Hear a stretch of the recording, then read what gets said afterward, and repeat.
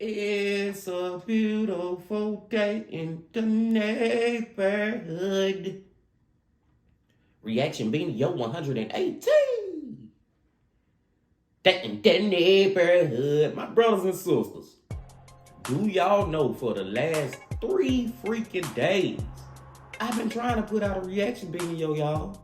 But every time I get done recording the video and I go to edit the video and the audio fucked up. It got static in it, or it just cut out completely, or it do this, and I'm just like, oh my God, bro, why do this shit keep happening, man? I tried to put out one Thursday, Friday, and Saturday, man. Y'all know I don't like to go missing for too long. Y'all know I love doing these reaction videos with my people. And I hope y'all doing well out there today, as always. But I say all that to say this.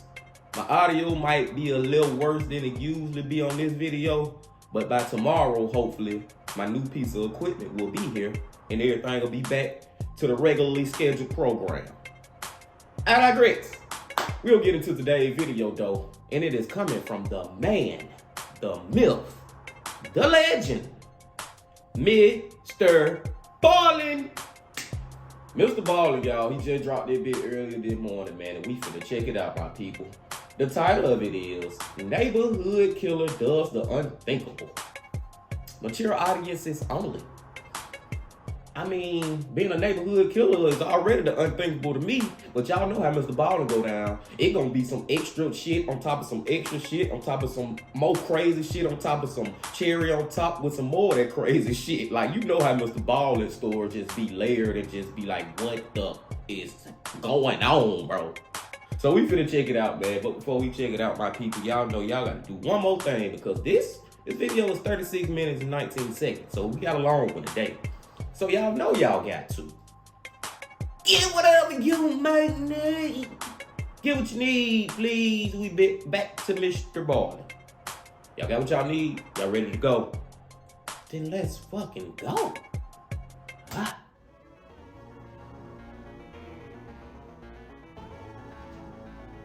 Our stories typically have really big plot twists at the end, and today's story is no different. However, the plot twist today is so unexpected, so abrupt, so shocking, so horrifying that I thought it would be interesting if you all tried to guess the ending as you're watching it, and you put your guesses in the comments section, and then we'll see if anybody comes even remotely close to what the ending actually is. I gotta be honest, I don't think anybody is gonna guess this one. But before we get into that story, if you're a fan of the strange, dark, and mysterious delivered in story format, then you've come to the right place, because that's all we do, and we upload once a week. So, if that's of interest to you, please change the 4th song on the like button's sleep playlist to the loudest heavy metal death music you can possibly find. Also, please subscribe to our channel and turn on all notifications so you don't miss any of our weekly uploads. Okay, let's get into today's story.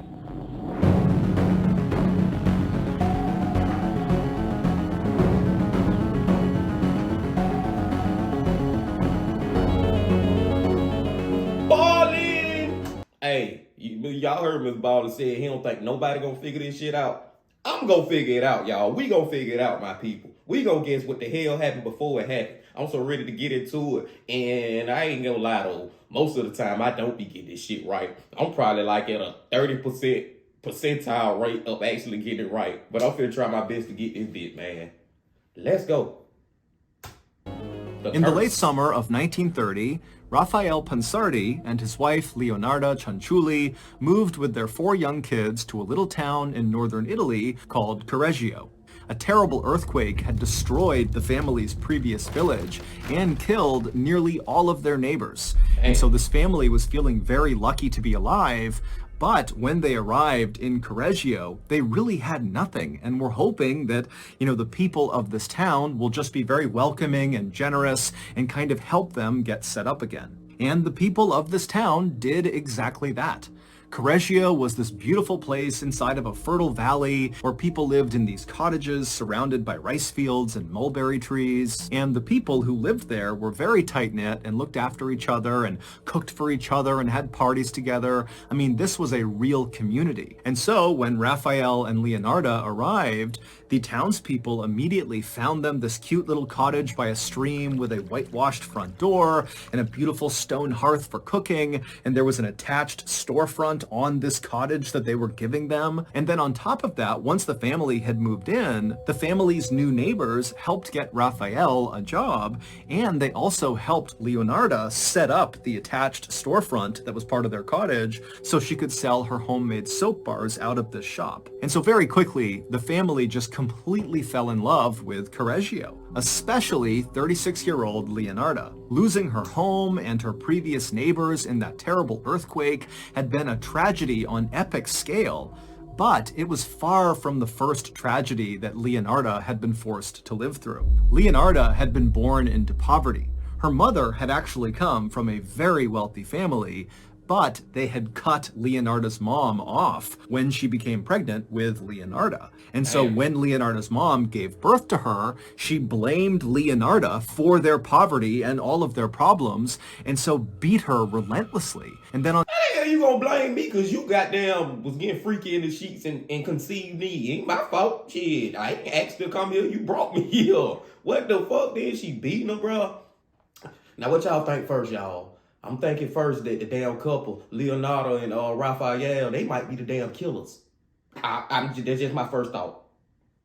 On top of that, Leonarda's father died when she was very young, and so she was stuck at home being abused constantly by her mother. When Leonarda was 21, she met Raphael and fell in love with him, and he was a very kind and gentle man. He really made a very strong first impression on anyone who met him. But when Leonarda went to her mother and introduced Raphael to her and said, "I'm going to marry this man, I love him," her mother flew into a rage and then literally cursed Leonarda. She actually out loud muttered the spell and then told Leonarda that because of the spell, Leonarda would have evil following her forever. Now, of course, Leonarda was very used to her mother's terrible behavior, and so she did not actually think she was at risk of this curse affecting her life in any way. But not long after actually marrying Raphael, Leonarda began to see evidence that this curse might actually be real. It started with Leonarda having these sudden fits of seizures for no particular reason, and then Leonarda, every time she got pregnant, she would miscarry and lose the baby. And so feeling really sad and desperate because all she wanted was a family, Leonarda actually went to a fortune teller in hopes that they would tell her that in the future, her life got better, not worse, which to Leonarda meant, the curse was not real if my life improves. But after this fortune teller took Leonarda's hands and studied her palms, she looked up at Leonarda and gave her grave news. She said, "Leonarda, you're going to have living children, but they're all going to die young.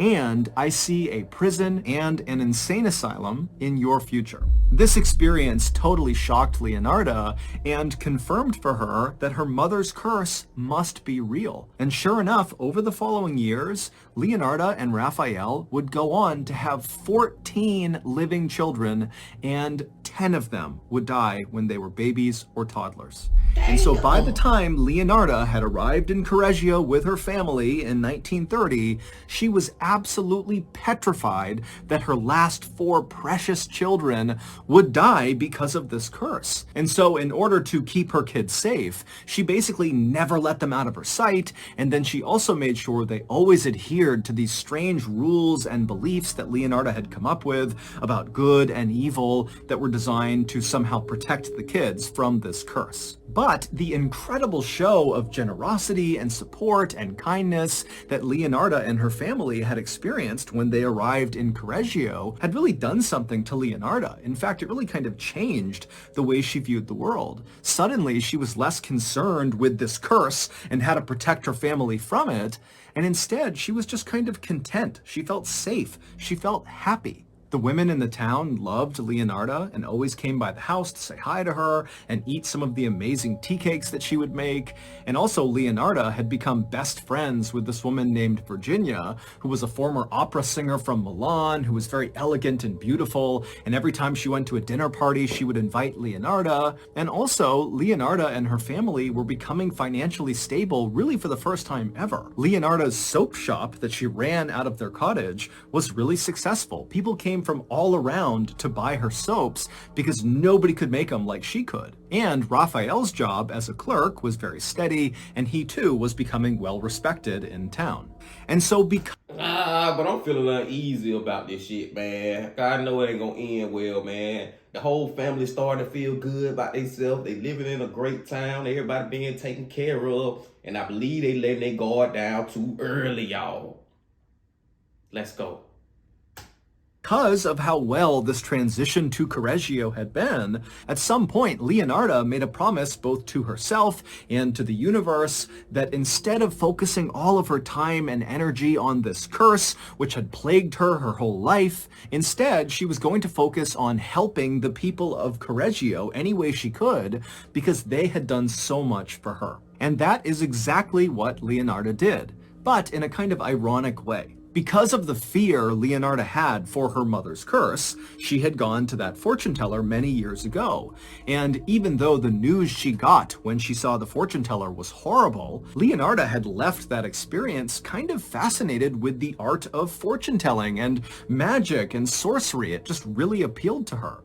And so now that Leonarda was running this very successful soap shop out of her house, there were all these people coming from far and wide that would ask to barter for her soaps. Bartering is like trading one item for another item versus paying for something outright with money. And so Leonarda began bartering with these travelers whenever they had books about fortune telling, about magic, about sorcery, about how to make potions, about the occult. And after reading through all of these books and learning as much as she could, Leonarda, in addition to selling her soaps, began offering fortune telling services to the people of Correggio. And it would turn out she was really good at predicting the future, to the point where people in town basically began going to her for all kinds of advice. She helped women find love, she told farmers what crops to plant, she created these charm bags for people and told them they would protect them. She also began creating these herb potions for people when they got sick. It actually got to the point where people trusted her so much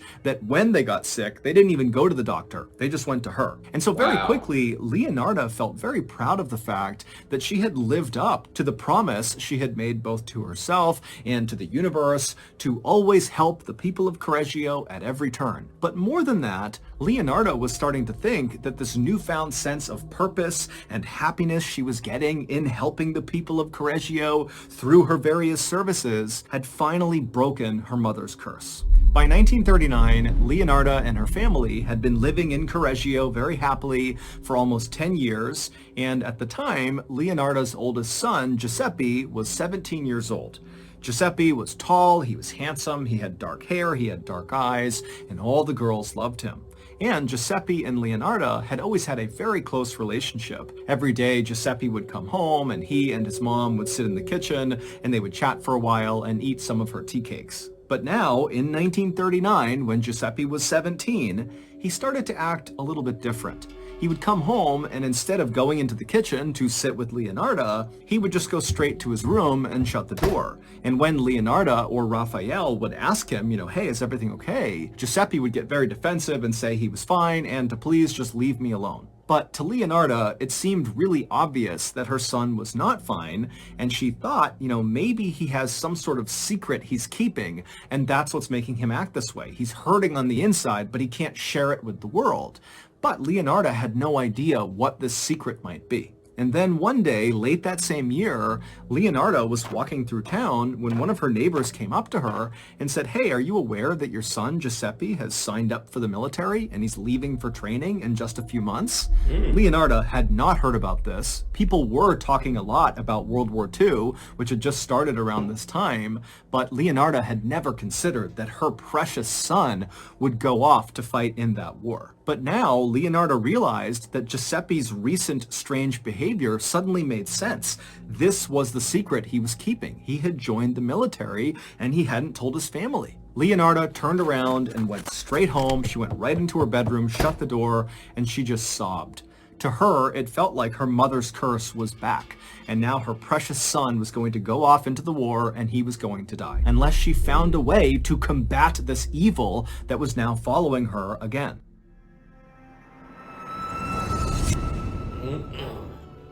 Thank you to BetterHelp. I ain't gonna lie, y'all. Right now, I'm lost as fuck.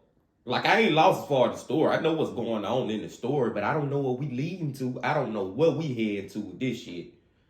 I don't know, bro. Y'all think the curse shit real? Have y'all figured it out? Any of y'all figured it out? Because I have no idea, bro. No, bro. No idea, bro. Here comes MrBallen with a commercial. Let's get past them.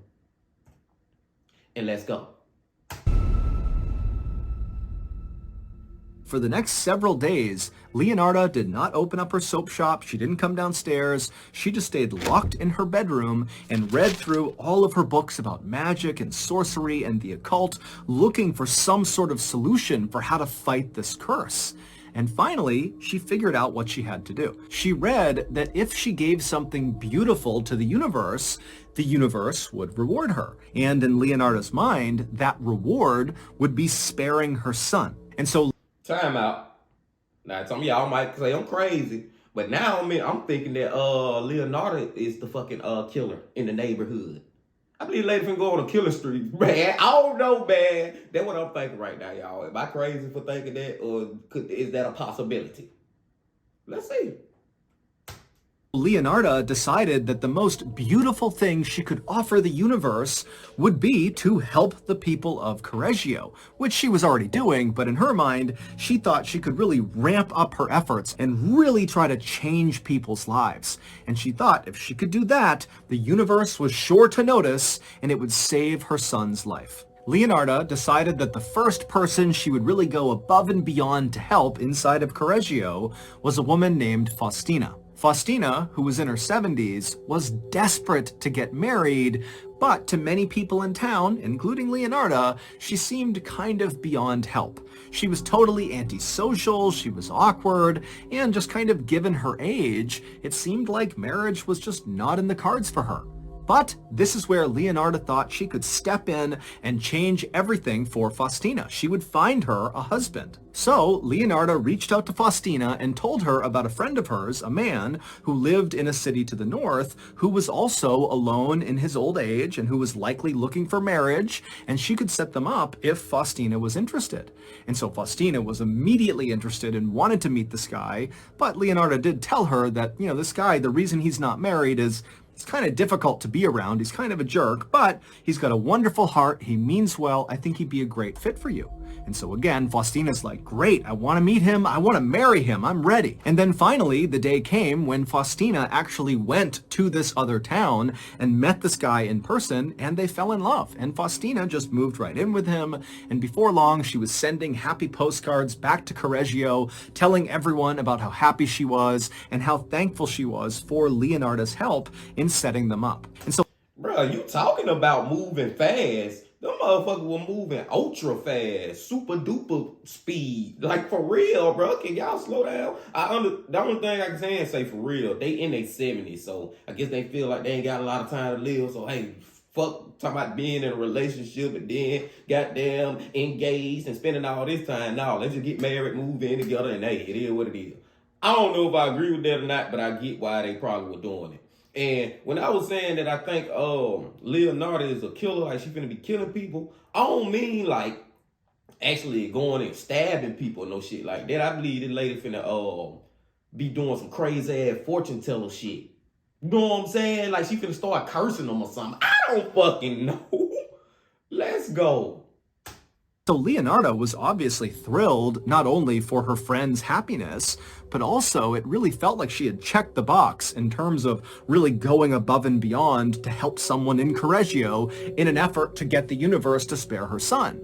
But her son was still a couple months away from leaving for training, and Leonardo, she's very superstitious, and she's thinking, okay, I don't know if that was enough to get the universe to save my son, and so I need to find somebody else I can help. So, in September of 1940, Leonardo began her next good deed project with another woman in town. She was a widow in her 50s named Francesca. She had worked as a teacher, but when her husband got sick, she quit her job, and then when her husband ultimately died, she was left with nothing. So Leonardo reached out to Francesca and told her that she, Leonardo, would be willing to reach out to her own mother's rich family to see if maybe they had a job they could finesse for Francesca.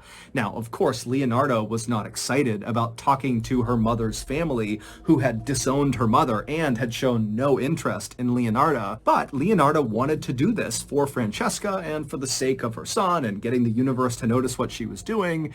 And so sure enough, Leonardo would reach out to her mother's family, and they were remarkably open to the idea, and they got a job for Francesca in Switzerland. And so eventually, Francesca jetted off to Switzerland, and then a couple of days later, she was sending postcards back to Correggio saying how happy she was and how thankful she was for Leonardo's help. And so again, Leonardo was so happy about this outcome, both because she cared about Francesca and also because this was yet another kind of check in the box of her good deeds that the universe was going to notice that in turn would save her son. But again, after Francesca didn't need any more help, Leonardo found herself looking at her son, who was getting closer and closer to leaving for training, and she would think to herself, have I done enough to protect him? Have I really stopped this curse from killing him after he leaves? And Leonardo eventually decided that no, she had not done enough. She needed to do at least one more really big good deed for someone in this town. And who better to help than her best friend, Virginia, the former opera singer. Leonardo knew from all her talks with Virginia that Virginia really missed living in the big city and going to the opera house. And so Leonardo reached out to Virginia and said, you know what, I can reach out to my mother's rich family and maybe they can find a job for you in a big city if you're interested. And so Virginia was like, wow, yes, I would love that. That's an amazing opportunity. And so Leonardo again would contact her mother's rich family, and again they came through, finding this job as a social planner for this very rich guy in Florence, Italy, who often funded plays and operas. And so this job was perfect for Virginia. When Leonardo told Virginia about this opportunity, Virginia cried tears of joy. After packing up all of her things, Virginia made a stop at Leonardo's house to say goodbye and thank you, and the two women would hug and laugh and cry, they would drink wine together, and then finally, when it was time for Virginia to go, even though Leonardo was very sad, she was also quite happy, because finally she felt like this good deed was enough to get the universe to spare her son. However, Leonardo, being a very superstitious person, did have one more little thing she wanted to do with Giuseppe before he left for the military. And this little thing was her, Leonardo, bathing her son, her 18-year-old son, with a particular bar of soap, and then she also wanted to feed him a special kind of tea cake that she was going to make. The soap and the tea cake had these special herbs and ingredients and different things she had pulled from her books of magic and the occult, and they would kind of form like a protective barrier both outside and inside of Giuseppe. So, on the same night that Virginia headed off to Florence, when Giuseppe came home, Leonardo approached him and said, I want to give you this bath and I want to feed you these tea cakes. And Giuseppe was not remotely enthused at the idea of having his mom bathe him. He's 18. Right? But he knew she was highly superstitious, she seemed pretty emotional about this, and it just seemed like it was extremely important to her. And so he said, okay. And so Leonardo... She know damn well that her grown-ass son don't want you goddamn bathing him. You know what I'm saying? But no, this shit kind of sad, y'all. For this lady to go through her whole life being so superstitious and having to deal with believing that she cursed. You know what I'm saying, bro? Like, for years and years, she always got to live with this every day. That's a fucked up thing to have to live with every day, man. But I'm still stumped. I'm trying to figure out who is the neighborhood killer. I'm still lost.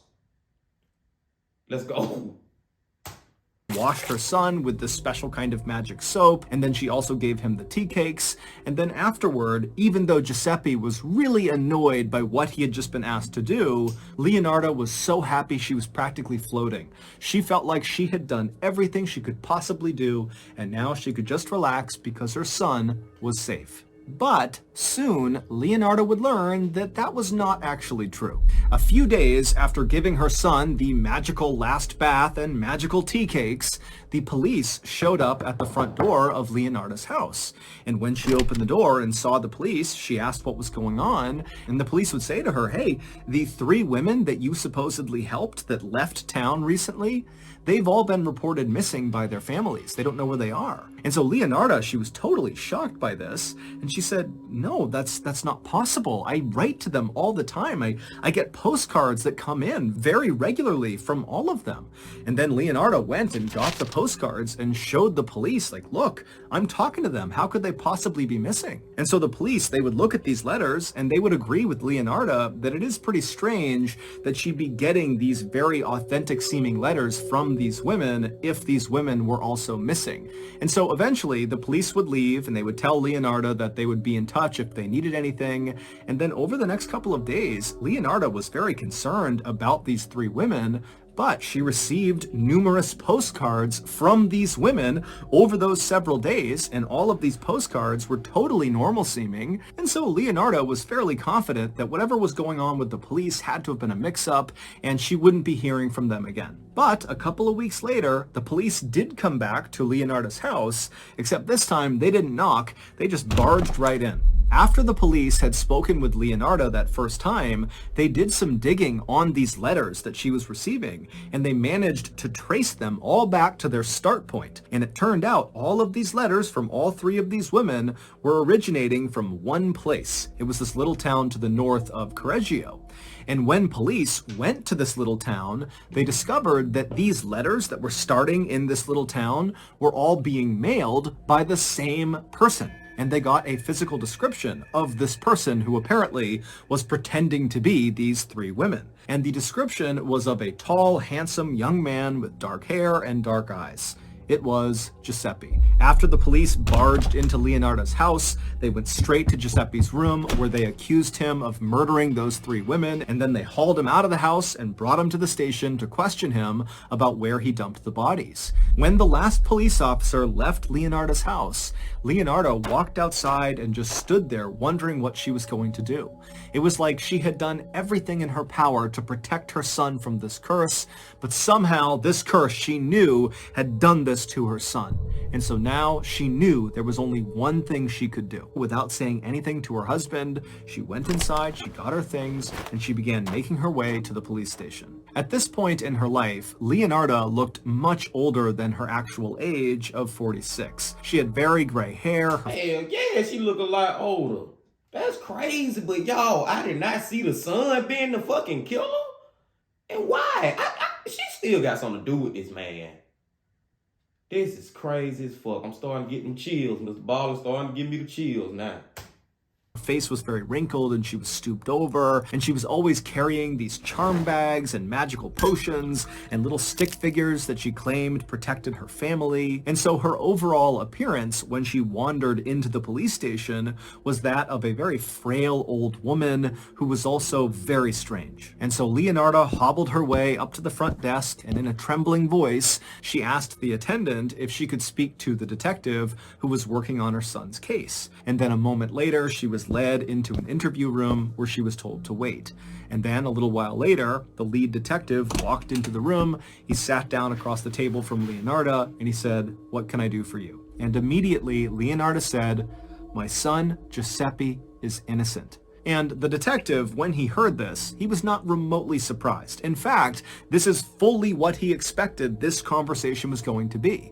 He knew Leonardo loved her son very much, and of course she was going to say he was innocent. This is what parents typically did in cases like this. But the detective decided he wouldn't try to stop her. He would just let this very distraught mother kind of talk for a bit. He would tell her that he would follow up on whatever she was saying, and then he would drive her back home.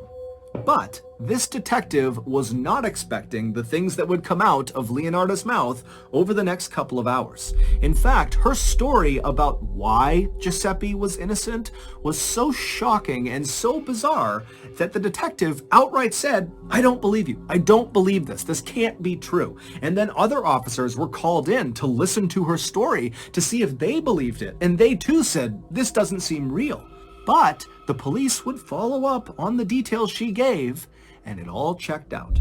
It would turn out back in late 1939, on the day that Faustina, the first woman that Leonardo pledged to help in order to get the universe to save her son, when Faustina was set to go north and meet her future husband, Faustina stopped by Leonardo's house to say bye. And when she was in Leonardo's house, something very unexpected happened. When Faustina walked into Leonardo's kitchen where Leonardo was, Faustina was so excited about meeting her potential future husband that her hands were shaking and she was smiling ear to ear. And so Leonardo said to Faustina, "Hey, you need to calm down." And so she handed Faustina a glass of wine. And so Faustina took the wine and she had a couple of sips of wine, and right away Faustina started feeling dizzy, and before long she was grabbing the table just to keep from falling over. It would turn out the wine was poisoned by Leonardo, and so Faustina, she's kind of looking up at Leonardo, and Leonardo is looking down at her, and she's got an axe in one of her hands. And she says to Faustina, "I'm so sorry."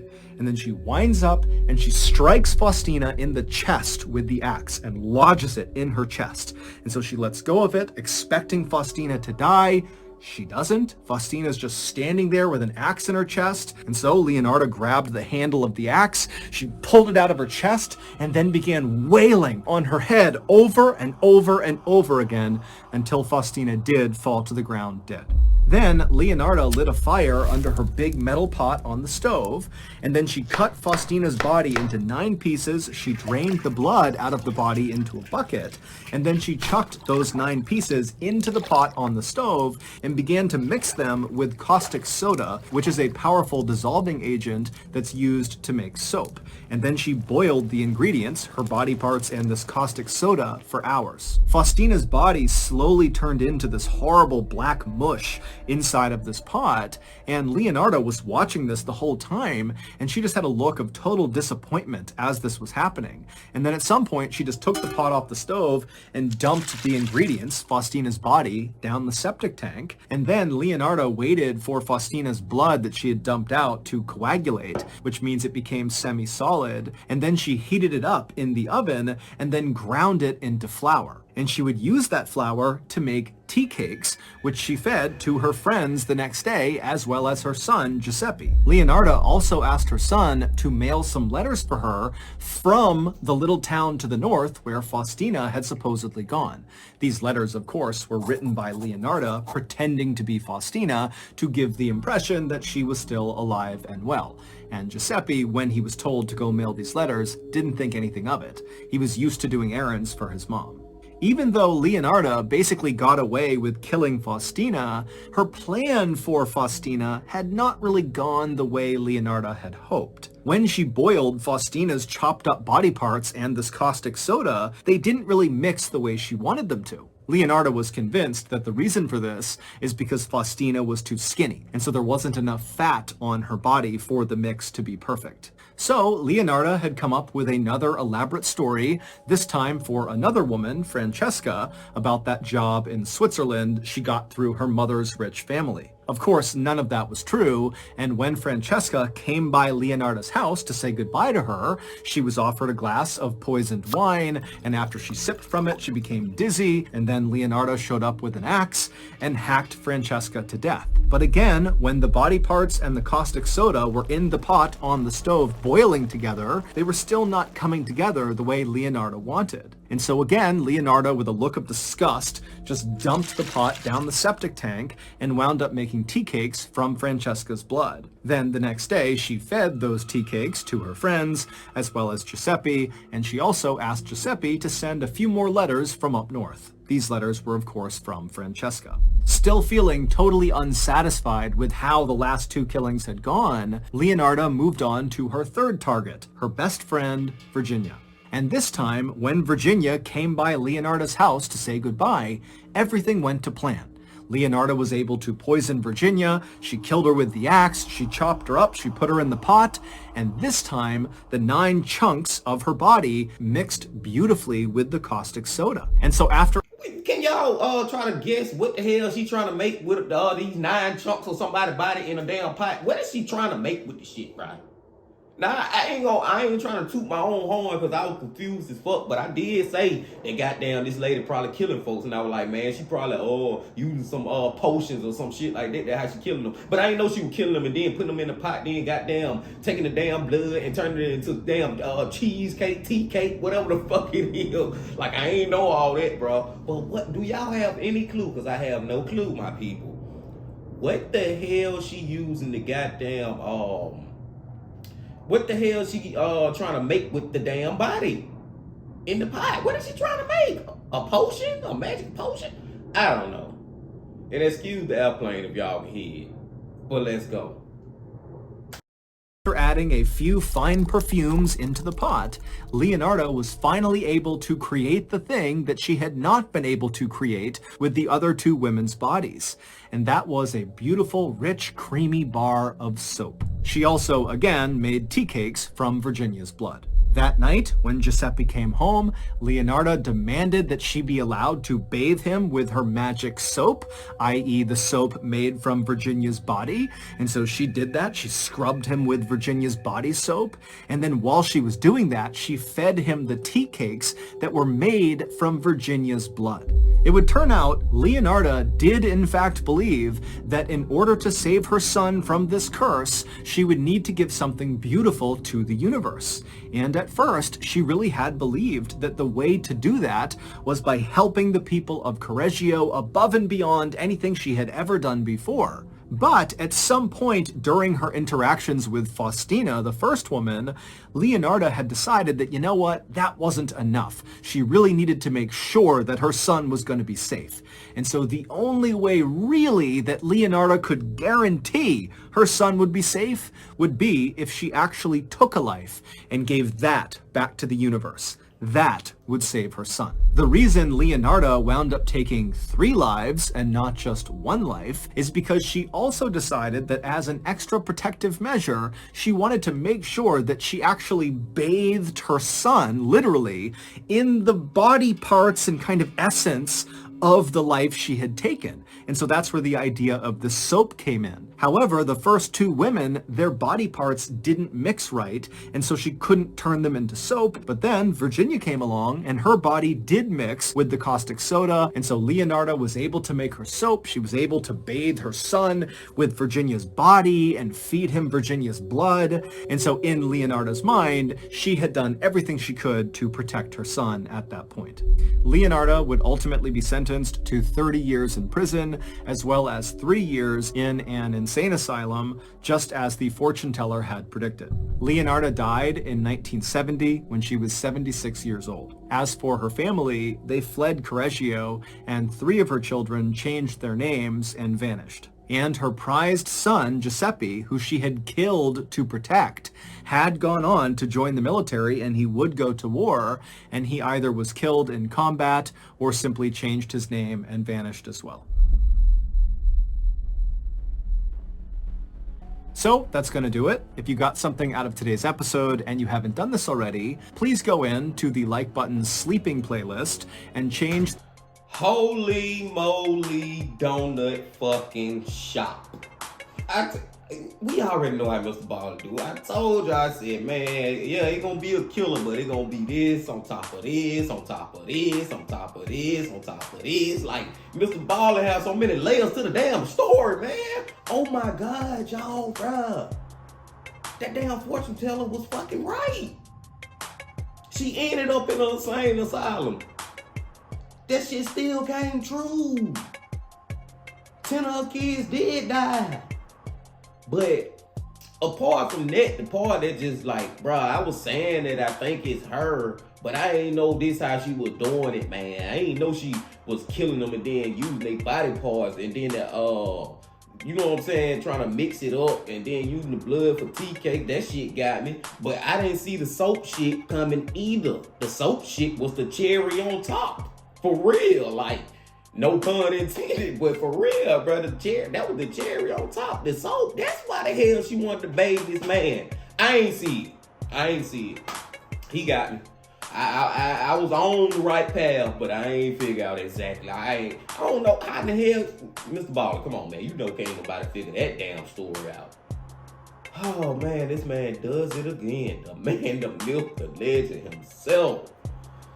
My people, gonna let y'all get up out of here, man. Appreciate y'all. Coming back to the channel and fucking with the bean. Hit that like button for me. Comment, subscribe, do all that good shit right there. And I will see y'all tomorrow. And hopefully I'll have my audio back where it needs to be. But until then, my friends, I got a couple more things to say. Love, peace, and happiness. Stay safe. Don't stop. Keep going. Yeah.